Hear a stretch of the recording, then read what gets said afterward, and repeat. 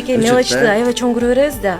Мисалы бизде деле сөзсүз түрдө көп проблемалар болот. Анан мен кичинекей эле бир проблеманы көрсөм кичинекей, а мен ал учурда мага аябай чоң көрүнөт да. Тигине эмне кылабыз, муну эмне кылабыз деп ызгылдай берсем келип эле деп ал эмне анча чоң проблема кылып атасың, мындай эле нерсе коебуз, мынтип коебуз, тинтип коебуз.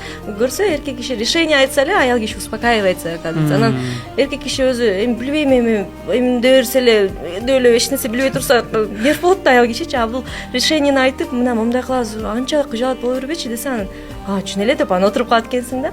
Анан дагы бир башка нерсе, мен ойлойм биздин үй бүлөдө дагы мисалы эми биз ар дайым айтабыз, Кудай сактасын, эртең күнү эмне болорун биз билбейбиз. Мисалы азыр Кудайга шүгүр 6 жылдан бери үй бүлө болуп, жакшы эл алдында үлгүлүү үй бүлө болуп, жакшы сөздөрдү угуп, бизге абдан жагымдуу.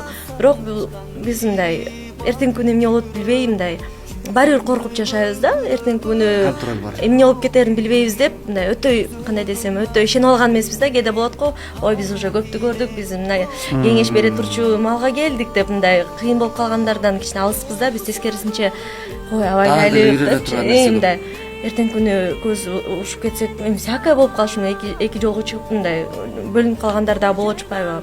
Биз ал нерсе бизде деле может постигнуть да, ал нерсе бизден деле алыс эмес дегенде. Анан ошол нерсени ойлонгондо кичине мындай ойлонуп жүрөт экенсиң да.